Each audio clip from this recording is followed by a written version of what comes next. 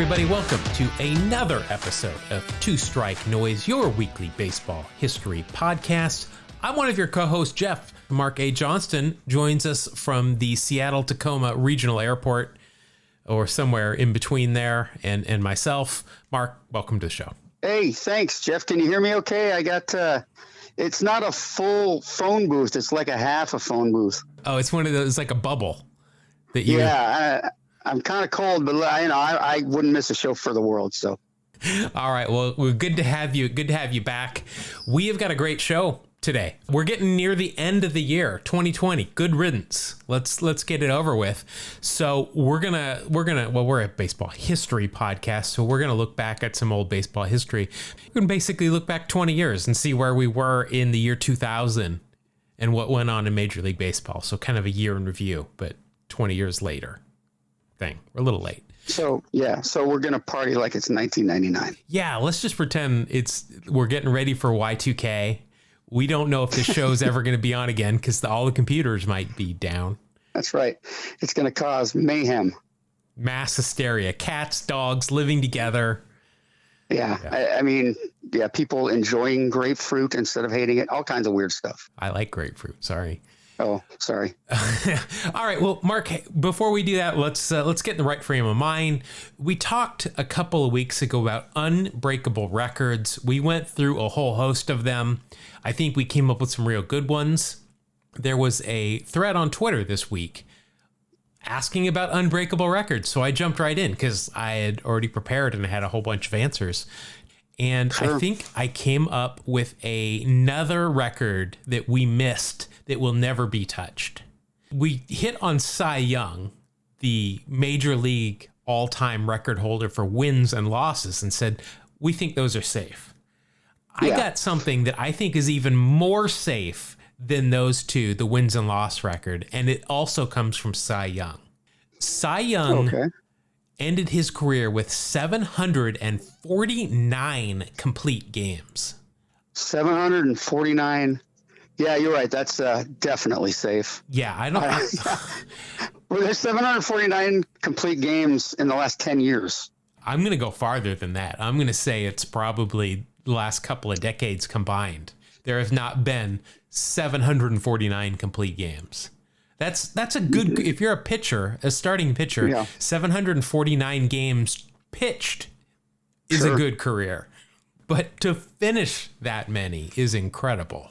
I think Cy Young actually pitched for 142 years, I think. Is that right?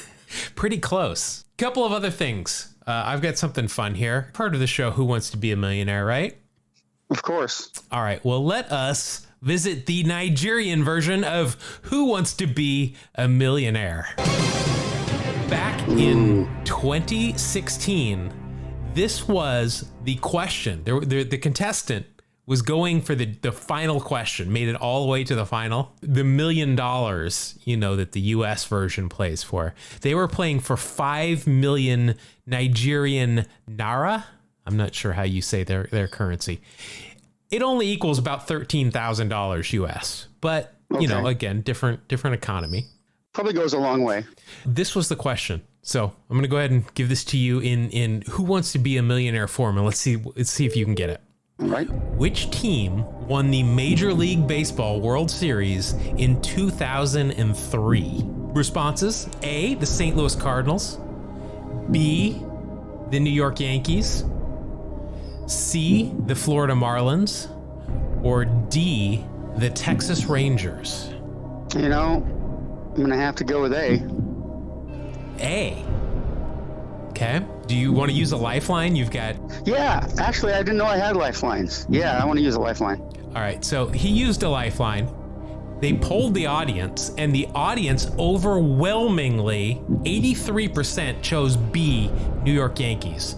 In second place with 17% was the Texas Rangers, and the Cardinals and the Marlins got no votes. Wow. So you're gonna stick with your answer? Yeah, but I don't get to. I want to phone a friend. Can I phone you? No, that was your last lifeline. I already know the answer. Okay, that's why I was going to phone you. I figured you knew it.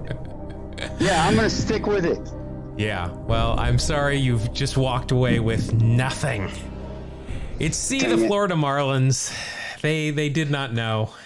Easily forgettable, I mean, guess. in Nigeria, though, I mean, Yeah. I'm guessing that World Series is not must-see TV. Right. If you're gonna come up with an answer, most Nigerians probably know of the New York Yankees. Sure. And, to be honest, they've won more than any other team. So that's probably a pretty safe answer. Yeah. Was that the year they signed absolutely everybody? I could have been. The year they actually, yeah. I'm not sure. I'm going to be honest. I don't remember much about the 2003 New York Yankees, other than I do remember that the Marlins had won that World Series. So, Yeah. Okay. Well, you got me on that one, man. It was 17 years ago, and I don't remember a lot from 17 years ago. all right, moving on. We talked about Steve Dalkowski a month or so ago, and Yeah. it just so happens that there is a film that I just found on YouTube all about Steve Dalkowski. And also Jeff Fry, former major league utility infielder, now a crusader on Twitter against hitting coaches that like to take people's money. He was talking about Steve Dalkowski as well. And I'll put a link in the show notes. It's about a half hour long. It's very interesting. People can go back and fact check us, maybe get us on a kangaroo court if I mess something up on that story. But good watch if you got a half hour. I'll put that in the show notes. Wanted to talk about the Tampa Bay Devil Rays, because we're going to go back to the very beginning of the franchise. So I'm going to call them the Tampa Bay Devil Rays. Okay. It's allowable. Like my team, the Oakland A's, not known as a big spending team. They are considered a small market. The A's are no longer considered a small market team anymore, but the Tampa Bay Rays, when they first became a franchise, they wanted to be called the Tampa Bay Stingrays. But there was a club in Hawaii already named the Stingrays. And Tampa Bay would not pay the sum of $35,000 for the rights to the Stingrays name. That's funny. You've got a brand new franchise. You're like, oh, it's called the Stingrays. This is going to be awesome. Oh, wait, it's going to cost us $35,000. Well, we just paid like $100 million just to get in the league. Can't do it. I don't know what they paid to get in the league. Nobody had room on their credit card. Come on, man. There's some big dealers there. Yeah. Well, remember the first owner of the Rays was Vince Namoli, and he was notoriously cheap. I'm fairly certain he's not still the owner. He also refused to pay for a team email system or even give the team internet access. He said he thought that email and the internet was a fad that was on the way out. So he just said, you guys are going to have to do without it. And here we are. It is, though. It's going out slower than we expected it. But I mean, it's still a fad. Slowly. Honestly. It's like a 35-year fad, but what does it matter? So he wouldn't pay $35,000 for name. Probably would pay an extra like couple $100 a month for internet. He preferred nice handwritten sentiments instead of sediments. That's rock. Sentiments instead of emails. Yes. So I was doing some research on something else, and I kept coming across the Virginia League. Some very strange team names were associated with it. So I looked up the Virginia League. It was only in existence from 1906 to 1928, but there are some very unique team names that I wanted to go over. All right, lay them on me. All right. So first we've got the Hopewell Powder Puffs. Hold on. This is a men's league? This is a men's professional league. Okay. Well, to each their own. They were only around for 1 year. Next, we've got the Lynchburg Shoemakers, who were around for a long time. And I guess that was before. What is Lynchburg? Is that whiskey or bourbon that they make in Lynchburg? Lemonade. Jack Daniels. Yeah. But apparently they built a lot of they made a lot of shoes before that. We've got the Newport News Shipbuilders. You can guess what they did there. I'm drawing a blank. They were shoemakers as well, but the name was already taken. That makes sense. Next, the Norfolk Mary Janes. I don't even think I don't even think marijuana is legal in Virginia now, but Yeah, I doubt it was then, but yeah, you know, doubt it was too. Again, the men's league team with the name the Mary Janes. Yeah, this is my favorite one, the Petersburg Goobers. So the Goobers were in existence in 1910, 1912 through 1921, and then 1924. In between those names, they were the Broncos, the Hustlers, the Trunk Makers, the Foxes, the Pirates, and the Truckers. So they had a identity crisis, it sounds like. I guess. Was it just a league of people that made stuff? I think most of these teams were named after the main commerce of the city. Yeah. I don't know what I would call my team. The only thing I make is sweaty socks. And I don't even do that intentionally. Well, there was also the Wilson Tobaccoists. Yeah, there you go. I thought it was interesting, those kind of odd team nicknames from the past and the Virginia Those are League. awesome. And they are definitely unique. I say we bring them back. Hey, why not? All right, so we got a couple of people got the trivia question right last week. Refresh your memory here, Mark, and see if you can get this right. The trivia question from last week is, who is the only player to have been an all-star while representing the Expos and the Blue Jays? Obviously in different years, but was an all-star for both of the teams from the Great White North. Yes, I remember that. Any ideas? No. This is a guy, you'll be familiar with him. He was at one point a Seattle Mariners broadcaster. And it's weird here that Baseball Reference does not have his nickname, but his nickname was Red. Oh, okay. Okay. So you're telling me it was Ron Fairley. Very nice. There you go, Ron Fairley. He was an all-star in 1973 with the Expos, and then in 1977 with the Toronto Blue Jays. Interesting. So he won two All-Star appearances and 3 World Series titles. Not bad. Pretty good work. All 3 of those were with the Dodgers, 59, 63, and 65. All right, let's get into the new trivia question for this week. And I'm going to run with it. We mentioned this last week when we talked about Bert Blyleven in 1986 and the millions and millions of home runs he gave up that year. Yes. I said, hey, maybe that'll be a trivia question in the future. Who hit the most home runs off of Bert Blyleven in 1986? Well, my friends, the future is now. That's my question. Who hit the most home runs off of Bert Blyleven in 1986? Do you have any clues? Yeah, I know the answer, but I don't want to say it. Oh, you do? Okay. Well, and I'm surprised that I haven't gotten dinged, because when I was editing that episode, I said, oh, it's probably somebody from the AL Central, since they would have played them, the Twins, a lot. And the AL Central was not in existence in 1986, but I'm calling it out before we've gotten a single DM about it. So no fine from me. That's right. He's straightened it out. All is well. I did see something interesting here as I was doing the research on Bert Blyleven. Bert was a rookie in 1970, and his very first start came against the Washington Senators. That's weird that Bert Blyleven ever faced the Senators. That's really strange, yeah. But his very first start was against the Senators, June 5th, 1970. The very first batter he faced was Lee May, who on the second pitch of the ball game hit a home run. It was a harbinger of things to come for Mr. Blyleven. A foreshadowing, as it were. Yeah, but you know what? He's in the Hall of Fame, so it can't be that bad. He may have given up some home runs, but he was a fantastic pitcher overall. The Frying Won Dutchman. a lot of games. Yeah. Yep. All right, Mark, let's get into the main part of our show here. As we mentioned at the top of the show, we're getting near the end of this year, and we're going to do kind of a year-end retrospective, but we're going to do a year-end retrospective 20 years after the fact. And we're going to jump all the way back, and let's talk about the 2000 MLB season.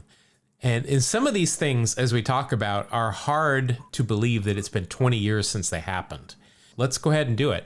I'm going to feel old, man. I can already tell. Were you still with the Rainiers or Tigers, or were you at the Mariners in 2000? I started the Mariners when they opened up. Then it was called Safeco Field. The opening day, July of '99. Okay. You were at the Mariners. I was working for the Braves at this point. This was, I think, my second or third year there at Turner Field. Quite a few Braves things happened that year that we'll touch on. Let's start first with one that happened in early January, so right after the new year, right after everybody was relieved that Y2K did not actually destroy the planet. John Rocker was fined and suspended.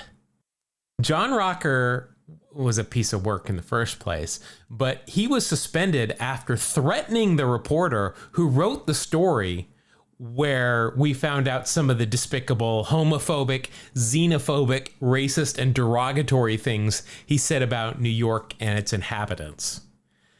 And apparently finally got a hold of the of the reporter and threatened to injure him. And that got him in, pretty smart, shockingly enough, more trouble.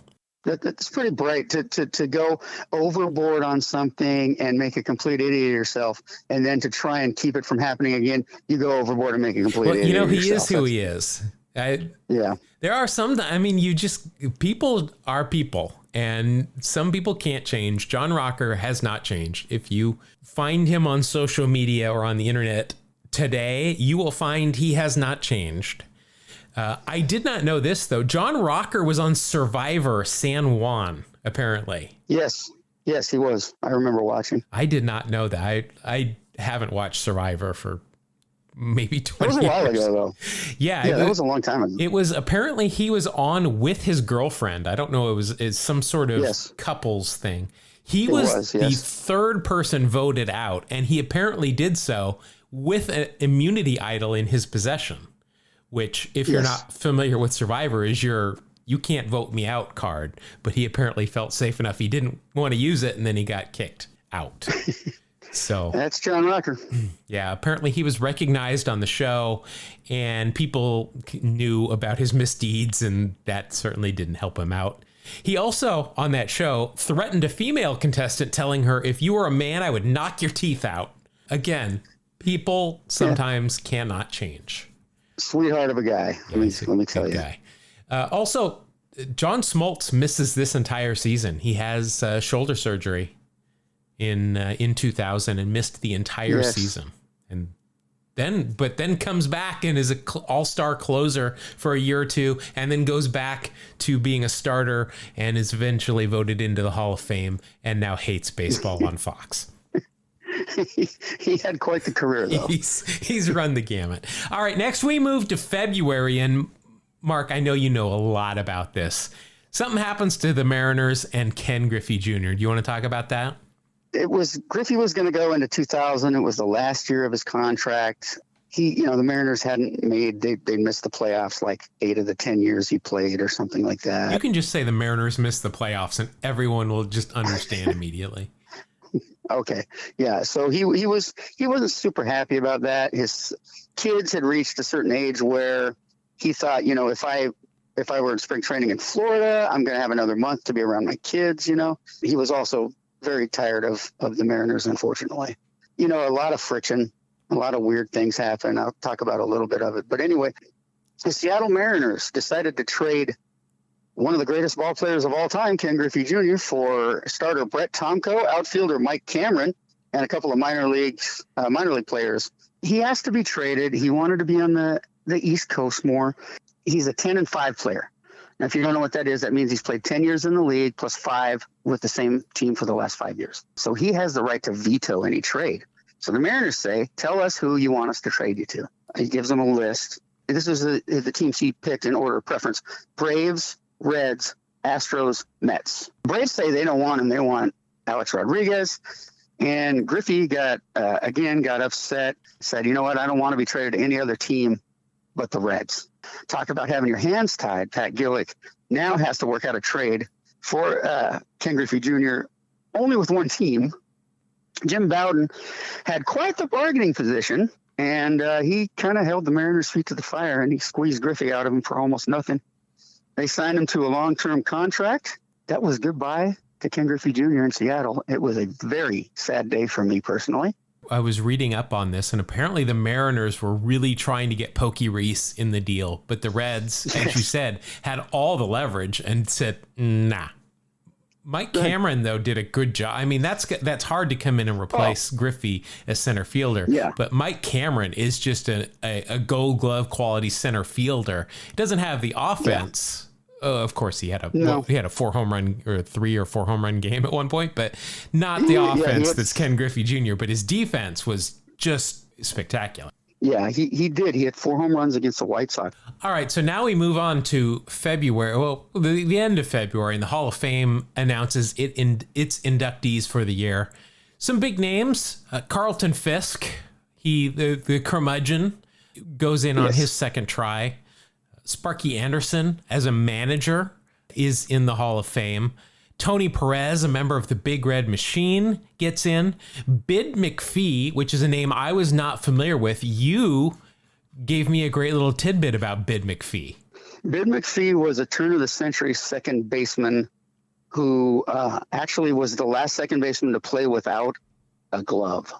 He was a barehanded second baseman, and he was known way more for his defense than his offense. So it makes you wonder, what in the world was he doing out there? Did he have giant hands? What was going on? So Bid McPhee played for 18 years, all of which was with Cincinnati. And I'm looking at his fielding stats. These are he committed 792 errors throughout his 18-year career, with a career high of 72 in 1887. That was following up a 65 error campaign the year before. So I'm just going to go out on a limb and say that people committed a lot of errors before they used gloves. If he's considered a glove man with those numbers. He was. It makes you wonder, what was going on? I mean, that's a number of errors. I could play a full season and make that many errors with a glove. Well, yeah, that would probably be my first week. But that's hilarious that he has so many errors, but he was known for his glove. He wasn't known for his glove. He was known for his hands. His hands, right. Yeah. He's a dandy little hand man. Did lead the league in 1886 in home runs with 8. So that's a big number there. And also going in is one of my favorites, Turkey Stearns, Negro League player. We just tweeted about him on Thanksgiving in kind of a Thanksgiving motif. Turkey Stearns gained that nickname because he had a very unique way of running that his friends thought he looked like a turkey, a bird. So, all right, let's get now into the actual regular season. Starting on March 29th this year, and Major League Baseball opens up for the first time off of U.S. soil. The first Japan series takes place between the Cubs and the Mets. And I remember this distinctly because Ricky Henderson was on the Mets to start the season. So I was up at the crack of dawn to watch these games. Yeah, me too. Just thought it was just cool because I'd never seen a major league game from Japan before, and my guy was playing. I remember going to bed as soon as it was over and sleeping for a couple more hours. Couple of new stadiums, actually 3 new stadiums opened up in this season. Comerica Park in Detroit replaced Tiger Stadium. Minute Maid Ballpark, which was actually Enron Field when it opened up, but that's right, yeah. That's a naming venture gone wrong. Now Minute Maid, that was replacing, of course, the Astrodome in what is now Oracle Park, but was when it opened up, it was Pacific Bell Park in San Francisco. It's gone through about 37 different names since the year 2000. Exactly. I wanted to mention one other thing. May 20th. Ricky Henderson is he's released by the Mets, and a couple days later he's picked up by the Mariners. In his second game as a Mariner, he hits a leadoff home run. Ricky joined Ted Williams and Willie McCovey as the only players to have hit at least one home run in 4 different decades. That's quite a feat, though. You gotta have power from beginning to end and play for a long, long time. Then the Major League Draft happens in June. I just want to go down this. I'm not going to spend long on this, but it just kills me how in the NFL, the NBA, and really especially in the NHL, if you're a first round draft pick, you are going to be in the league that next year and you're probably going to be playing a lot. Major League Baseball, that rarely happens. So much so in Major League Baseball, you might not ever make the big leagues, even if you're a first round draft pick. So the Marlins had the first pick in the draft this year, and they picked Adrian Gonzalez. There is somebody that absolutely had a fantastic Major League career. After that, the next person that I remember doing anything is Rocco Baldelli, who the Rays picked. He was the number 6 pick. And then, I mean, you got Chase Utley at number 15. And there's some guys that made the big leagues but never really did anything until you get to Adam Wainwright as the 29th pick by the Braves. But wow. I mean, there's just, and even in the compensation picks, those sandwich picks between the first and second round, the highlight there is probably Aaron Heilman. I mean, just nothing. Wow. I think we are a little more focused on things now that we can do a little bit better in picking out players. But even now, it's still kind of a crapshoot. It really is. I mean, remember Mark Appel from first overall pick, the pitcher from Stanford by the Astros. Oh, yeah. He's long out of baseball. He just opened a string of sub shops I saw. So I mean, I was so excited when the Astros got him, and it's like, wow, now I'm excited if he has coupons I can use at the subway. He's like the Todd Van Poppel of the 2000s. June 16th, Chuck Knobloch, he was playing second base for the Yankees. After 6 innings, he had made 3 throwing errors. And he was so upset, he took himself out of the game, went back, changed into his street clothes, and left the ballpark. I remember this. I remember it. He was very upset at himself. I mean, I was not a Knobloch fan. I was, for the most part, when he was in Minnesota, but then he would join the evil empire, so I wasn't rooting for him, but man, I felt bad for him. You could just see how hard it was on him. Yeah, the frustration must have been just terrible. We talked about Steve Sachs and the fans behind the first base dugout who started wearing batting helmets in the first couple of rows as protection, and just can be rough. Let's move on to July 6th. Orel Hershiser announces his retirement.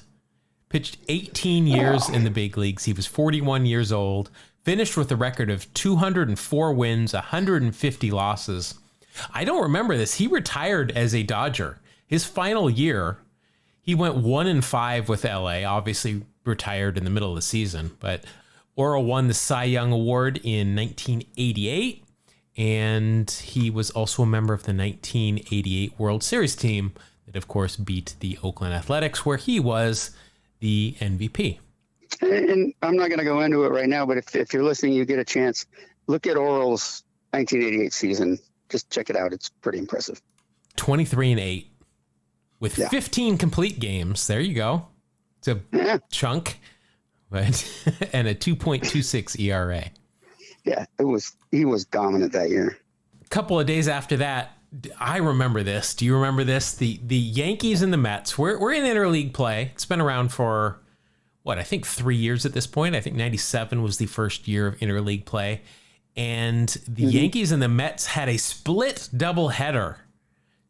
I think the first game was in Shea Stadium in the afternoon, and then both teams jumped on the bus and headed to the Bronx, and they played the nightcap at Yankee Stadium. The first time I think that had been done.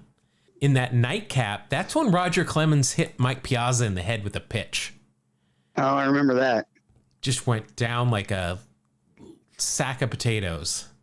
And, that was scary. I remember Piazza had always hit Clemens well, and so Clemens was trying to do something different, pitched him up and in, and, intentional. He probably didn't mean to hit him in the head, but he was definitely trying to come in. But no, he was probably trying to move him off the plate, and, I don't think it was intentional, but I don't think he was upset that he hit him. He probably just put his glove out. Give me the ball. Let's go. Yep. Next one. Yep. All right, let's move forward a little bit. A couple of days after that, we head into the All-Star break, the All-Star game in Atlanta at Turner Field. As I mentioned, I was working at Turner Field. I was sitting right behind home plate for this. Nice. I remember it was a long weekend, but it was my first All-Star game, and I loved it. I was right there, right behind home plate during the home run derby. And I remember Sosa and McGuire were in that home run derby. I think Vlad was there. Vladimir Guerrero, I think, was in it. I know he didn't. He won the one in San Francisco. I honestly couldn't tell you who won the home run derby that year, but I remember it was fun. And then the World Series, the All-Star game the next day was a lot of fun. I want to move after that a couple of days to July 15th. And I want to talk about Red Sox outfielder Carl Everett. Even-tempered guy, right? Yes. Yeah. Oh, yeah. He and John Rocker of the same ilk. Yeah. So Everett, real mellow, chill guy. Yeah. Never gets upset. Always smiling. Mm-hmm. Well, in a disagreement with home plate umpire Ron Culpa about the batter's box, where I think Carl Everett was a little bit out of the box and Culpa was saying he needs to get back in, but the chalk was, erased. He ends up arguing with Culpa and ends up bumping him in the chest and then eventually headbutting him with the brim of his batting helmet. Yes, that's right. Yeah, Culpa played it up a little bit. He's like a soccer player when you get touched. He flopped. Everett was fined $5,000 and suspended for 10 games. But I wanted to talk a little bit more about Carl Everett. In a 2000 interview with Sports Illustrated, Everett explained why he didn't believe dinosaurs were real. That's right. I remember this. He said, quote, God created the sun, the stars, the heavens, and the earth, and then made Adam and Eve. The Bible never says anything about dinosaurs. You can't say there were dinosaurs when you never saw them. Somebody actually saw Adam and Eve eating apples. No one ever saw Tyrannosaurus Rex. End quote. Oh my gosh! There's so many problems with that statement. I mean, first off, who does he have photos of Adam and Eve eating apples? There's sketches. People saw them. Oh. They're sketches. And as far as the dinosaurs go, well, I don't think the Bible mentions electric guitars either. Fortunately, we got a lot of those lying around. Well, Everett went on to say that he believed dinosaur bones were man-made. Hey, have you seen Jurassic Park? I think InGen could pull that off. You're going to have to show Carl Everett for him to believe it. All right, so let's move forward. Let's get into September now.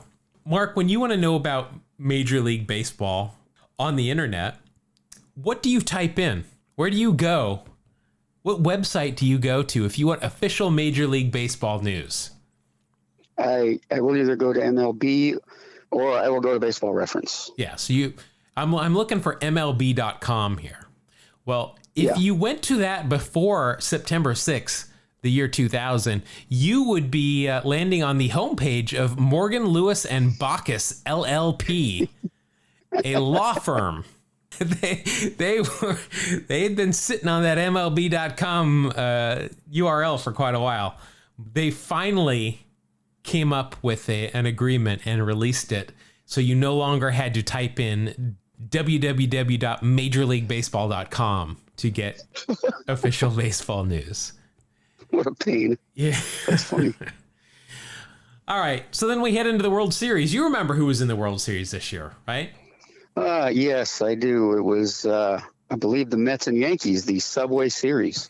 And you know what? I don't really want to talk about it that much. It was, if you were in New York, I'm guessing it was a big deal. But anywhere outside of New York, and it was like, I didn't like the Yankees, and the Mets had released Ricky, so I didn't care about them anymore. Yeah, it's interesting because the media on the East Coast was just openly rooting for a Subway Series for numerous reasons. It was, one was one or both of their teams. Two, it would just be something different. Hey, look, it's the Yankees and the Mets. Isn't that cool? But it didn't quite pan out that way, as people in, Seattle, San Francisco, Middle America just couldn't bring themselves to care about a World Series between two teams playing in New York City. I think during the World Series, isn't that when Piazza was facing Clemens again and he broke his bat? Yes. And Clemens fielded so. and fired it back at him like an idiot. Chucked the splinter bat back at him. And then later said he thought it was the ball. I thought it was a ball. Yeah. They're shaped very similarly. Yeah. Then something happened after the World Series that you, I'm sure, are very familiar with. Again, another transaction by the Seattle Mariners. This one would shape the franchise for the next decade and a half. On November 18th, the Mariners signed Oryx Blue Wave star Ichiro Suzuki. We were all excited here, but what happened was they had a bidding process, and whoever bid the highest got the rights to negotiate with Ichiro. From what I have heard rumor-wise, the Mariners bid a good few $1 million above anybody else. The other teams at first thought it was kind of why would they bid that much, and so on. And then they signed Ichiro to a 3-year deal, and he won the MVP and the Rookie of the Year awards, which had only been done once before by Fred Lynn. And I think that the managers that scoffed at signing Ichiro kind of they didn't scoff anymore. Was Nintendo the primary owner at that point? Yes. Yeah, so I'm sure that was also a big part of it. an impetus to spend that much money on a Japanese player. Yeah, and it like you said, it shaped the franchise for years to come. Let's now jump into December, and we've talked about Turk Wendell before, who is kind of an eccentric guy. He wore the uniform number 99 before Aaron Judge made it popular. He agrees to a 3-year deal. We've talked about this before, worth $9 million, $999,999.99 with the New York Mets. Wendell also asked that his contract include an option year in which he plays for free. But that plan was nixed because the collective bargaining agreement from the Players Union said you have to be paid at least $200,000. But he was willing to have an option year for free. Of course he was. He was Turk Wendell. I mean, come on. Next, let's jump to December 11th. And a lot of big Mariner names here. The Rangers signed A-Rod to a record $252 million 10-year contract, and that sure worked out well for them. Yeah, it was like completely bizarre. No one had seen a contract like that at that time. When they threw it out to him, if somebody offered you at that time $252 million for 10 years, I would have taken it, But here's what bothered me about this, and this is a personal opinion, okay? A-Rod wanted to test the free agent markets, and when he signed with the Rangers, he said, I looked at the Rangers and then from beginning to end, and this decision is not about money. It's about winning. Ever since then, I've been like, you aren't even close. You're such a liar. Look, just go, look, man, they offered me $252 million. What am I supposed to do? I took the money. But no, it's all about winning. And then, of course, he played for him for a couple years, got on the juice, headed over to the Yankees. He was trying to convince himself, I think. Let's look at the award winners for the year. 2000. First, Rookie of the Year. I watched this guy play. I loved him. Rafael Furcal, who nicknamed Furky. We used to call him Furky.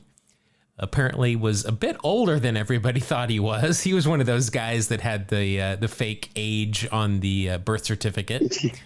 Yes. Rookie of the Year in the American League. Another Mariner. Another Japanese import. Kazuhiro Sasaki. Oh, man, I love Sasaki-san. He was awesome. Yeah, so you have him Rookie of the Year in 2000, and then 2001, here comes Ichiro, and he backs it up as well. Yep. Cy Young Awards for that year, Randy Johnson in the National League with the D-backs and Pedro Martinez with the Red Sox. Yep. Manager of the Year was Dusty Baker, still around, with the Giants. Jerry Manuel with the White Sox. Then the MVPs in the National League was Mr. Personality, Jeff Kent with the Giants, and my boy at the time, Jason Giambi with the A's, had a big year.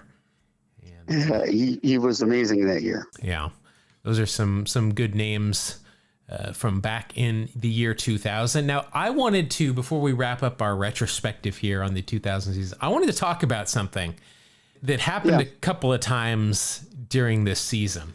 And while, you know, we don't really like people getting hit by pitches and fights and that stuff, it's still fun to watch fights in baseball. I'm not going to lie. Yeah. I enjoy a good tussle. There were some big fights during this 2000 season. There were some angry players. I think the steroids were still pretty prevalent. A lot of roid rage going around. Had to have been part of it. Yeah, so the first one I wanted to talk about briefly, April 22nd, Tigers and White Sox. When we had Sean Lowe on, we discussed this with him because it was one of the nastiest fights in the past couple of decades, and it lasted forever and all game long. You know, he talked about it. He was nursing an injury where he got hit in the face with a line drive, so he wasn't going to jump in there, but that was a nasty fight. May 16th, do you remember this? It was the Dodgers were at Wrigley Field, and Chad Kreuter was down in the Dodgers dugout, and a fan reached over and grabbed Chad Kreuter's hat off his head, and he jumped in the stands after him, and the whole Dodgers dugout ran down, and there were players jumping in the stands trying to get these guys and get his hat back and stuff. It was an ugly scene. Oh, God. And then finally, Gerald Williams charges Pedro Martinez. This was in the first inning, too. And Gerald Williams got hit, and he kind of shakes it off and takes a couple of steps down the first base line, and then he just charges out at Pedro, who didn't really want anything to do with it. It wasn't the first time someone had charged Pedro on the mound. No, but there were some good fights this year. It was a crazy, weird year too. It was an odd season, but it had its moments. All right, so that's it. I thought that was fun to just kind of look back 20 years ago and kind of relive some of the things that went on during an odd season. Maybe, you know, when we're in 20 years from now, Mark will look back. We'll have our podcast still going, and we'll look back on the 2020 season and how short it was, and that's right, whether or not it should have been played. It'll be a filler show. Yeah, definitely. It'll be on Tales from the Dugout because it'll be a real quick one. But yeah. All right. Well, let's head into our final segment. It is a segment that we call Wax Packs Heroes. Gotta pull a Wax Pack Hero. Got stars in his eyes. Wax Hero.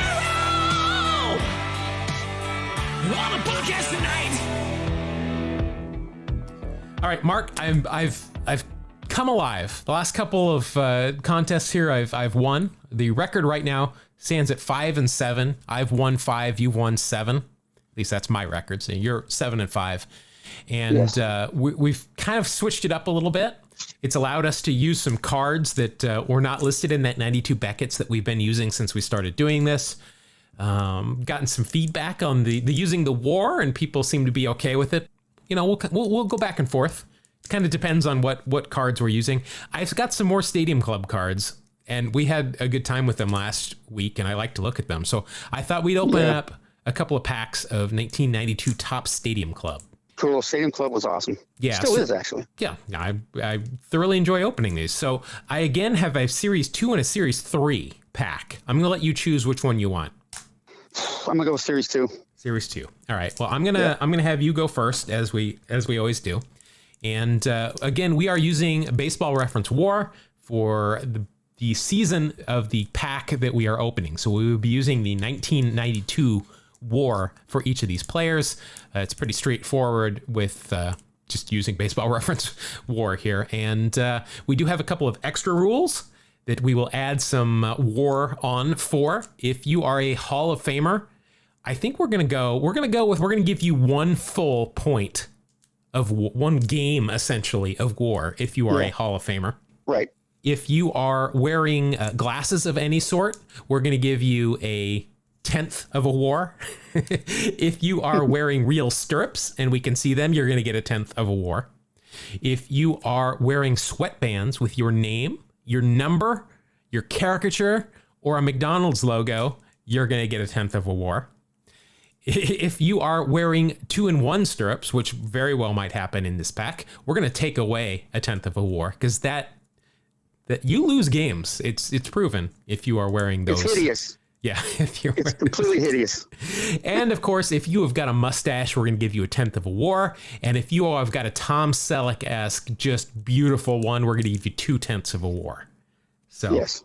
those are our rules. Those were the days. Yep. Let's go ahead and open up your pack here, Mark, and see what you got. I hope it's a fortune. Well, I'm sure it'll be a fortune. Probably retire on this, but all right. So let's start out. You're starting out with a Mariner, and remember last week we opened up 93 Stadium Club.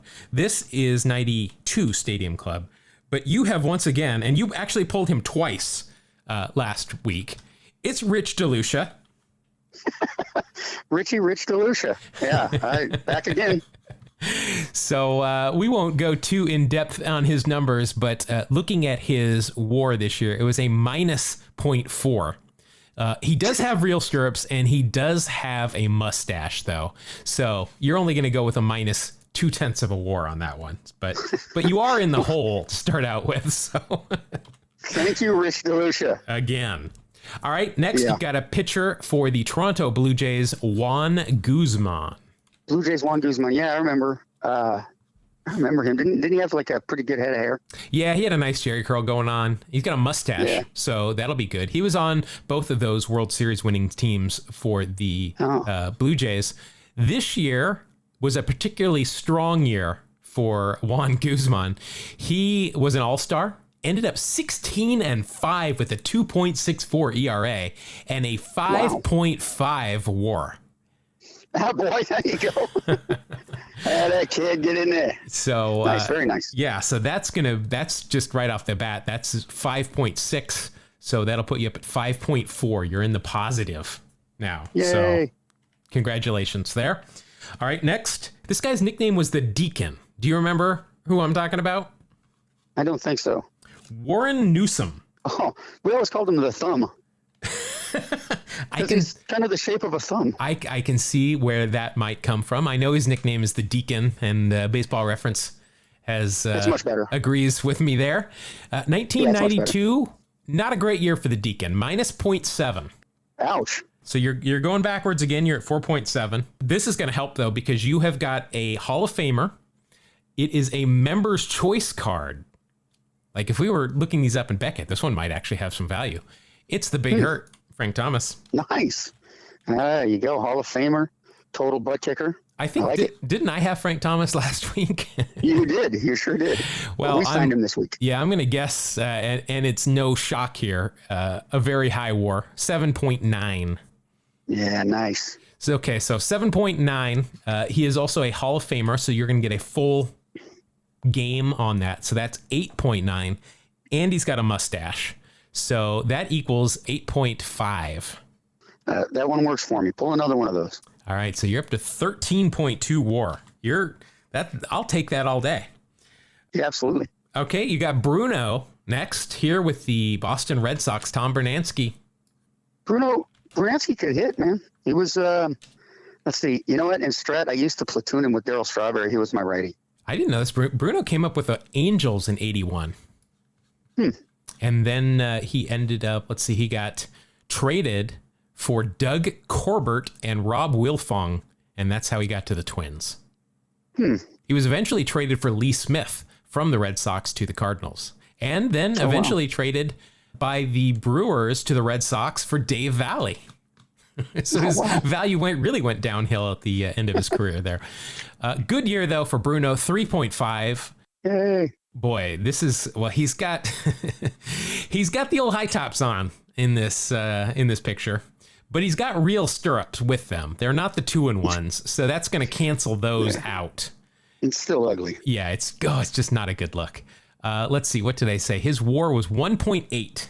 That's respectable. Yep, that'll bring you up to an even 15. Next, we've got one of the nasty boys. It's Rob Dibble. Oh yeah, one of my least favorites, but hey, the guy could throw hard. He could Do you remember the time there was a bunt on him? Yep, I know what you're talking about. He threw it at the runner. Yeah, he didn't just throw it at him. He got suspended for that. He nailed him in the back. I think it was against the Mets. Yep. Nickname Officer. Officer. Okay. Only 7 seasons for Dibble. He really flamed out pretty quick. Not a great year in 92. WAR of .9. And he does have 2-1s here in this, so that's going to only be a .8. Well, at least he wasn't a big giant negative. Next, we have got pitcher for the Orioles, Bob Malacky. Bob Malacky, yeah, long-time Oriole. Good pitcher. 200 innings a year guaranteed. Let's see, Mr. Bob Malacky. He was only around for 8 years. It seems like he was around forever, but... yeah, it does. Let's see, 1992, not a great year. 6-8 with a 5.84 ERA. And that equates to a WAR of -1. Ouch. He does have real stirrups on, though, so that'll get you, just bring you down to -0.9, which will bring you to 14.9. Next, you're going to get a good pack here. You got another Hall of Famer. We were talking about the 2000 Braves here, and this guy could have been a hockey goalie as well. Good skater. Any idea who I'm talking about? Nope. Mr. Tom Glavine. Oh, yeah, I remember hearing that before. Tom Glavine. Tom, I heard it through the Glavine. There is even a baseball card with him on skates. I don't remember who makes it, but... really? Yeah, there is a card of him on skates. Of course, Hall of Famer, 2-time Cy Young Award winner, and he was on that 95 World Series team that won where he was the MVP. In 1992, he went 20-8 with 5 shutouts and 7 complete games. Not bad. Yeah, not at all. ERA that year, WAR that year, 3.7. So 3.7, he's a Hall of Famer. That brings it up to 4.7, and he's got real stirrups on. So that is 4.8 ERA for you. So that's not bad. No, I'll take that. So that brings you up to 19.7 on the old WAR meter. This is like a lifetime WAR. We'll compare this and see what the average Hall of Famer has and see if you make it into the Hall of Fame. Next, You'll probably remember this guy because he was on the Astros at one point. Here he is with the Red Sox. It's Danny Darwin. He had a couple of seasons where he was unhittable almost at certain times. Between him, Mike Scott, and Nolan Ryan, they had these crazy pitchers that could shut you out on any day. Those were fun times. 21 years Danny Darwin played in the big leagues. Wow. And at one point, he was traded for Don August and Mark Knutson, who I believe Don, when he was on, talked about that he and Knutson went together, and so they hung out. And also, he was traded with Wilson Alvarez, Roberto Hernandez, in a 3-way deal with the Giants for Keith Folk and Bobby Howery are kind of the main names there. But let's see, in 1992, however, the WAR for Danny Darwin, 2.6. I'll take that. 2.6. He's got a mustache and he's got stirrups as well. So that is a 2.8 WAR for you there. And that'll bring still help me out, man. 22.5. This is a good score you got going here today. Yeah, I'm happy about it. Yeah. All right. Let's see. Next, you have got another... Boy, you got a lot of White Sox here. Also a former Mariner here, Joey Cora. Oh, sure. Oh, wait, I wanted to mention one more thing about Danny Darwin. 2 nicknames, the Bonham Bullet and Dr. Death. Wow, both very violent. Yeah. All right, Joey Cora is Jose Manuel Cora, if we're going by his full name. Sure. Okay. Very popular Mariner. Yep. He was popular everywhere. Probably because he was a short guy.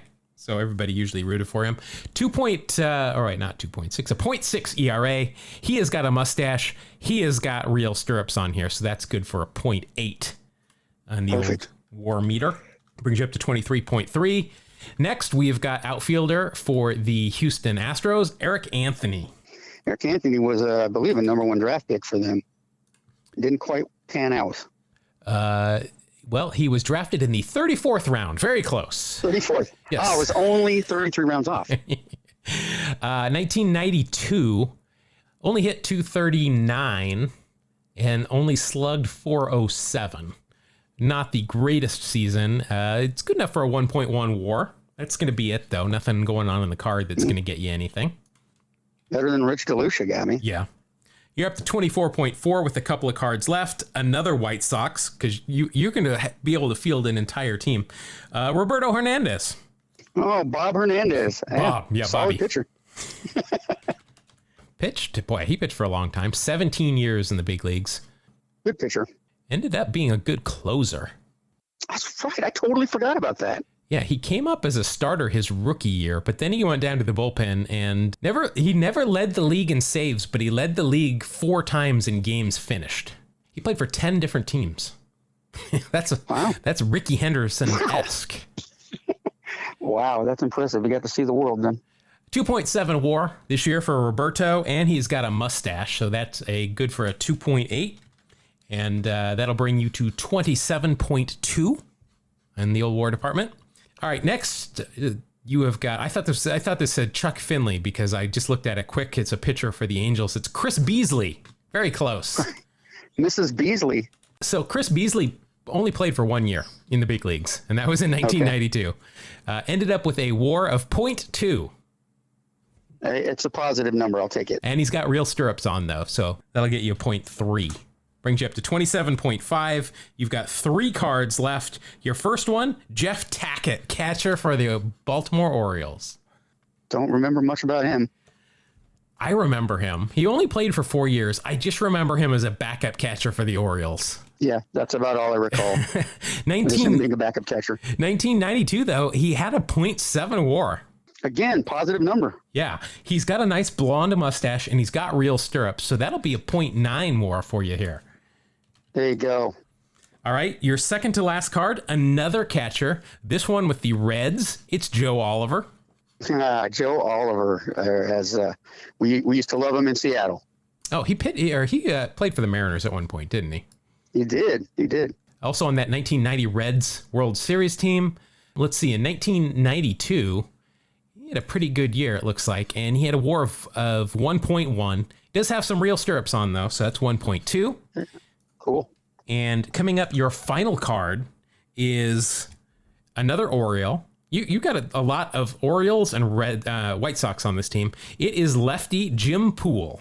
Jim Poole. God, I barely remember. I remember the name. That's about it. Jim Poole apparently was on the USA Olympic team at one point. So Jim Swimming Pool. Let's see. Jim Poole in 1992 did not pitch much. Only appeared in 6 games. And that equates to a negative 0.2 WAR. But he's got real stirrups on, so that's only going to be a minus 0.1. And that will bring your total to 29.5. Wow, that's respectable. That's the highest WAR we've had, since we've changed formats here. So let's see how that stands up, because I really don't know how that's going to stand up. I don't remember. We don't have a lot of samples to choose from and make pinpoint accuracy decisions. And I don't remember what we scored last week. So, all right. So let me open up. The thing with these cards is they're so glossy, they stick together. So let me, oh boy, I got a bunch of them stuck together here. Let me open my pack and let's see what exactly we're working with. Got to get them all going the right way. All right. I'm starting off with a Red Sox. I remember this guy was with the Reds for a while. He might have been on that 90 Reds World Series team. It is Herm Winningham. Yeah, Herm Winningham. He was a Red. I can't remember. I don't know. Did he play for a few different teams? Let's see. Herm Winningham played for Cincinnati for 4 years, Montreal, the Mets, and Boston. Yeah, I was kind of drawing a blank on which team that would be why, because he played for 4 teams. Yeah, he was a first-round draft pick for the Mets, actually. Was he a base stealer kind of guy? He did have 20, 29. Yeah. He had 105 in 9 years, so he had a couple of years where he had a good amount, but not a whole lot. That's all I really remember. Yeah. This was his final year in the big leagues, and he came in at a minus 0.8 WAR, and he's wearing 2-in-1 stirrups. Ouch. But he does have a mustache, so I am just going to start out at a minus 0.8. Not a good good start. But next, I remember this guy. Here he is with the Cleveland team. It is catcher Junior Ortiz. Yeah, Junior Ortiz. We always wondered what Senior Ortiz was like. It's a big guy, you know? Ken Griffey Jr., Felix Ortiz. Yeah, exactly. Let's see. Was a member of the 1991 World Series team with the Minnesota Twins. Didn't know that. Don't remember him there, but had an okay year in 92, a .2 WAR, and he's got a real mustache. So there you go. I'm inching towards the positive numbers. Next, I vaguely remember this player. Here he is. He's getting out of the way of a sliding player at second base during spring training. It is Monty Ferris of the Texas Rangers. Wow, you got me on that one. I mean, the name sounds a little familiar, but I couldn't tell you a thing about him. Let's see. I am drawing a blank on. He only played for 3 years, 2 with Texas and then 1 with Florida. So not a lot going on there. In 1992, he did come in, clocked in a .2 WAR. I'll take that. I cannot see. It's a contribution. Yeah, I can't see his stirrups, though, in this picture, unfortunately, because the guys... I'm sure they were 2-1s. Well, I'm at negative .3 right now, so I'm not exactly nipping on your heels. Next, this guy is a pitcher with the Minnesota Twins. He has been a pitching coach for a very long time, including a stint with the Mariners. It is Carl Willis. Carl Willis. Yeah, very good reputation as a coach. He pitched for 9 seasons. Again, math. Nicknamed Big Train. Wasn't there already a Big Train? Wasn't that Walter Johnson? Well, he reminded a lot of people, apparently, of the original Big Train. Not a bad season. 2.0 WAR for Carl. He does have real stirrups, and he's got a mustache. That's good news for me. That will actually put me in the positive. Hey. I'm at .1 WAR. Nice of you to join us on this side. Yeah. Next pitcher for the Angels. I know he spent a lot of time with the Blue Jays as well. Mark Eichhorn. Yeah. Mark Eichhorn pitched a good while, I think. Man, I can't remember a whole lot, but I remember him as a Blue Jay. Yeah. Let's see. Mark Eichhorn. I think he came up with the Blue Jays. Yep, came up with the Blue Jays, spent some time with California, and then went back to the Blue Jays, where he was on 2 of their World Series winning teams. Okay. In 1992, he had a 1.3 WAR, and he's got a nice mustache. Little by little, chipping away. Yep, so I'm up to 1.5. This guy had a lot of power for not a whole lot of time, but I remember he was somebody that was a good player. Greg Vaughn for the Milwaukee Brewers. Yeah, Greg Vaughn's a big, strong guy. Could swing a heavy bat and hit some tape measure shots. Let's see. Greg Vaughn spent most of his career with Milwaukee, 8 years. Also on the Devil Rays for a while, and the Padres. Cousin of Jerry Royster and Mo Vaughn. Huh. That's a baseball family. No kidding. And was drafted about 17 different times. Wow. Let's see, 1992, not a bad year. 23 home runs, 78 RBI, only a 228 average, but slugged 409. Let's see, he only clocked in with a 1.3 WAR.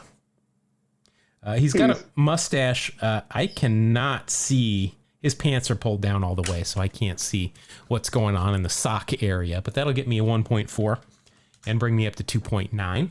So next is a player that I have absolutely zero recollection of. This is the picture is from spring training, so I'll be interested to see if he actually, played much. It is pitcher for the Chicago White Sox, Ramon Garcia. Yeah, I don't know. Maybe he was a prospect or something. I don't recall him. Let's see. He actually pitched for 3 years in the big leagues. He debuted in 1991 and then didn't play again in the big leagues until 1996. So he has absolutely no WAR for 1992. Great. He does have a mustache and he's got real stirrups. So that's probably the best I could hope for somebody that didn't play in the league that year to get a .2 WAR out of him. Yeah. Next, this is one of the guys that I really liked as an Oakland Athletic. Utility infielder. I mean, the epitome of average, I think. It is Lance O'Darn. You've sunk my Blankenship. Yes, I remember Lance Blankenship, lefty, second baseman, real quiet guy, but worked real hard. Well, he was on that 89 World Series team. I'm not sure if he was active during the World Series, but he played a good deal that year. 123 games in 1992. Wow. And he ended up with a 3.0 WAR. So I just said that he was the epitome of an average player, and then he clocks in with a 3.0 WAR just to make me look like an idiot. You don't need his help. Come on. So that, along with the real stirrups, is going to get me 3.1 WAR for Lance. That doubles my score. So that'll bring me up to 6.2. And also a Cal guy. I forgot. He went to Cal, local guy. Next, this guy had a good career. This is a young-looking Mark Leiter. Oh, yeah. Yeah, I remember. Or no, Mark I'm thinking Leiter. of Al Leiter in terms of the length of the career, aren't I? Yeah, I was just saying he was Al's brother, right? Yes, he's the brother of Al, and he's the father of Mark Leiter Jr., who made his debut in 2017, but has not played in the big league since 2018. But Mark here did play for 11 years. But let's see, in 1992, he went 8-5, not too bad. That equates to a WAR of 0.4, and that's all I'm going to get. Nothing else going on in the card department. Okay. Next, I do not remember. Well, maybe I remember his last name. Here he is, pitcher for the Mets, Jeff Innes. Again, sounds familiar, but I know it's not good podcasting, but I have no idea who that is. Yeah, I might vaguely remember him. I couldn't tell you anything about him, but I know he pitched for the Mets. He actually pitched for the Mets all 7 years of his career. Had a career high 6 wins in 1992, but also a career high 9 losses. But if we look at that, that equates to a 1.2 WAR, or I'm sorry, a 1.5 WAR, but he's got 2-1 stirrups going on there. So that's only going to get me 1.4.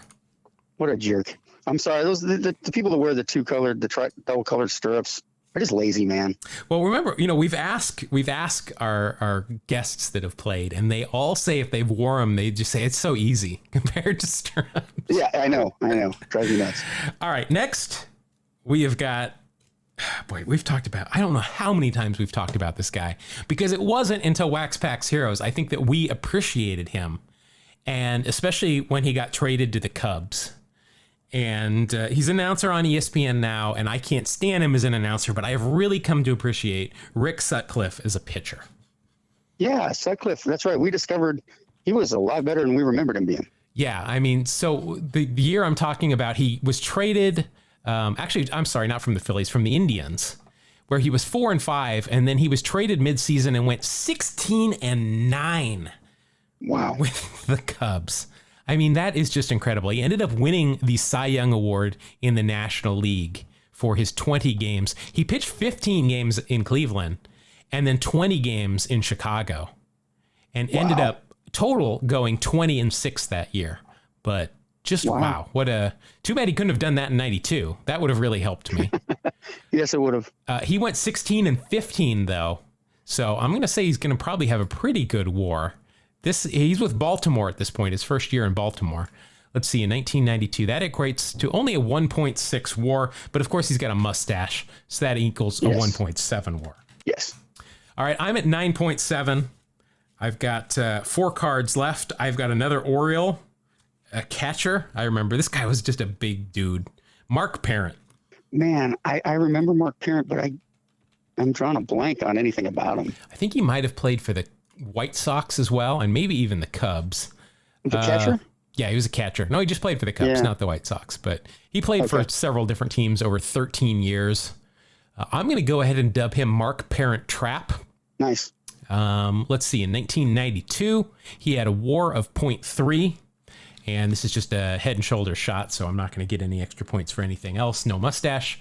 That brings me to a total of 10.0 WAR. With 3 cards left. You need to get a card of like Walter Johnson.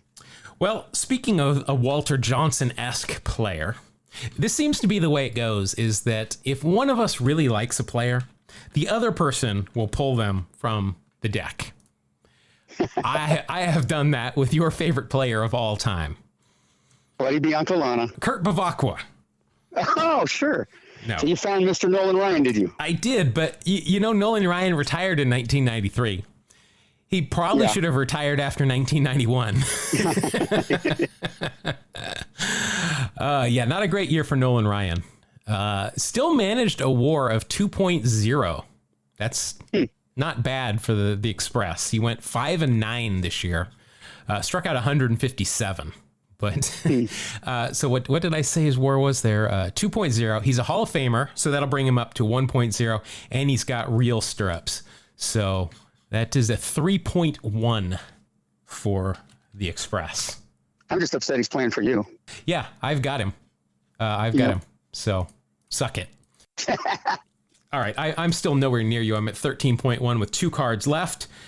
Gil Heredia. Here he is with the San Francisco Giants.